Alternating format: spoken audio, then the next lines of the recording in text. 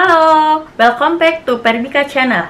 Oke, kali ini aku mau cerita tentang proses yang harus kalian lewati kalau kalian itu mau jadi PNS. Karena banyak banget orang yang DM ke aku, kalau misalnya kita daftar jadi PNS, apakah langsung auto jadi PNS sih? Kayak gitu. Jika kalian ingin menjadi seorang PNS, tentunya yang pertama harus kalian lakukan adalah mendaftar dulu ketika ada lowongan seleksi CPNS besar-besaran seperti itu. Yang kedua, ikuti tesnya dulu ya. Kalau kalian sudah lulus tesnya, ikuti pemberkasannya. Nah, kemudian kalian itu akan diangkat menjadi calon pegawai negeri sipil atau yang disebut dengan CPNS. Nah, kalau misalnya kalian sudah jadi CPNS, ini apakah langsung auto jadi PNS sih? Belum ya. Ketika kalian baru diangkat sebagai CPNS, kalian akan mengikuti dulu serangkaian kegiatan. Yang pertama adalah Diklatsar. Diklatsar ini adalah pendidikan dasar yang wajib diikuti oleh seluruh ASN di Indonesia, baik instansi pemerintahan pusat maupun instansi pemerintahan yang ada di daerah-daerah seperti itu. Nah, Diklatsar ini isinya adalah kalian dituntut menjadi seorang agen perubahan di instansi kalian atau UPT yang kalian tempati seperti itu. Jadi misalnya di UPT kalian itu memiliki permasalahan terkait pemberdayaan masyarakat contohnya. Jadi kalian nanti akan dituntut untuk membuat suatu resolusi ataupun suatu perubahan yang nantinya akan diterapkan di instansi kalian masing-masing. Nah, ini nanti suatu agen perubahan ini akan dibimbing oleh mentor, yaitu Widya Iswara di Pusat Pelatihan dan Pendidikan. Kemudian solusi yang akan kalian tawarkan dan permasalahan yang sudah kalian gali akan kalian presentasikan di hadapan penguji. Jadi kalau misalnya kalian pernah ngerasain skripsi, ya rasanya mirip banget kayak skripsi yang pernah kalian lakukan seperti itu. Nah, nanti dari Diklatsar itu akan terbit yang namanya sertifikat Latsar. Nah, yang mana sertifikat itu nanti akan kalian gunakan ketika kalian ingin diangkat atau akan diangkat menjadi seorang pegawai negeri sipil. Yang mana pegawai negeri sipil ini memiliki sebuah keistimewaan, yaitu gajinya itu sudah full 100% seperti itu. Sedangkan pada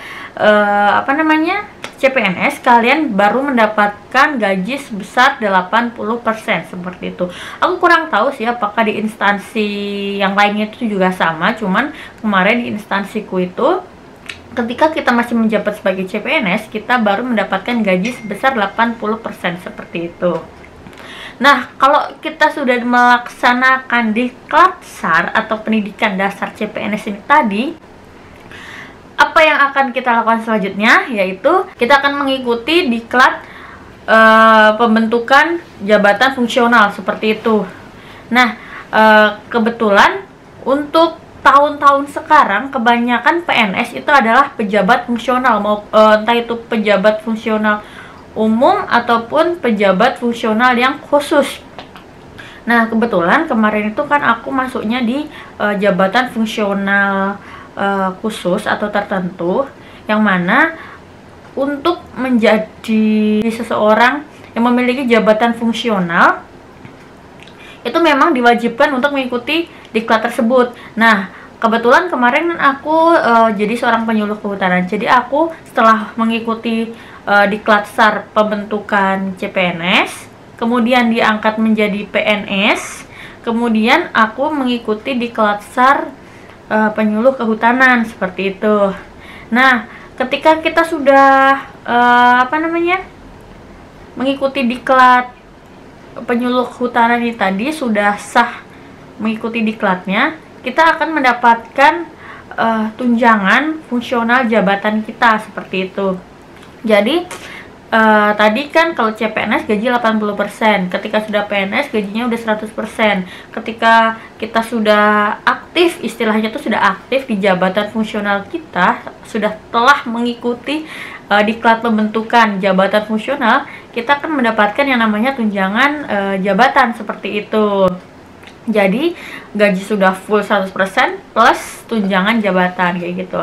Nah, Setelah itu apakah mentok sampai di situ aja? Belum ya. Jadi kalau misalnya kalian sudah mengikuti diklat jabatan, kalian nanti akan dipertemukan dengan yang namanya uji kompetensi. Uji kompetensi ini adalah untuk melihat bagaimana kompetensi kalian, kemampuan, keahlian kalian pada bidang yang kalian tekuni saat ini. Jadi misalnya aku sebagai penyuluh kehutanan, jadi aku harus mengikuti uji kompetensi yang terkait dengan penyuluhan kehutanan. Contohnya seperti bagaimana cara menyusun program, kemudian menyajikan materi, membuat materi, seperti itu.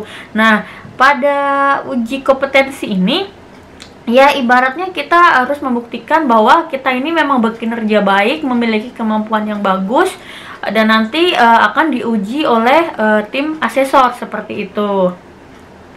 Nah, selain itu setiap tahunnya pasti akan ada yang namanya pelatihan-pelatihan yang akan meningkatkan kapasitas kalian saat kalian menjadi ASN, seperti itu. Jadi biasanya setiap tahun itu akan ada pelatihan yang akan ditujukan kepada masing-masing jabatan fungsional yang ada di UPT kalian.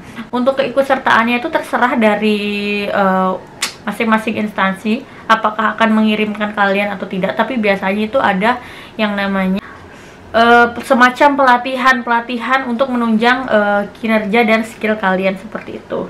Jadi memang banyak banget rangkaian-rangkaian yang harus kalian lalui. Tidak yang namanya kalian mendaftar CPNS langsung auto menjadi PNS, itu tidak. Prosesnya itu untuk menjadi seorang PNS itu butuh waktu kurang lebih 1 tahun. Kemudian untuk menjadi pejabat fungsional yang aktif dilaksanakan paling cepat ya 1 tahun setelah kalian diangkat menjadi seorang PNS. Oke, kurasa cukup sekian aja. Terima kasih bagi kalian sudah mendukung channel ini, sudah menonton, sudah subscribe. Terima kasih. Nah, jika kalian yang baru datang ke channel aku, jika kalian merasa video ini bermanfaat untuk kalian, tolong di subscribe, di komen, like, share ya. Apabila kalian ada pertanyaan-pertanyaan yang lebih spesifik, nanti bisa ditulis di kolom komentar ya. Oke, terima kasih, dah.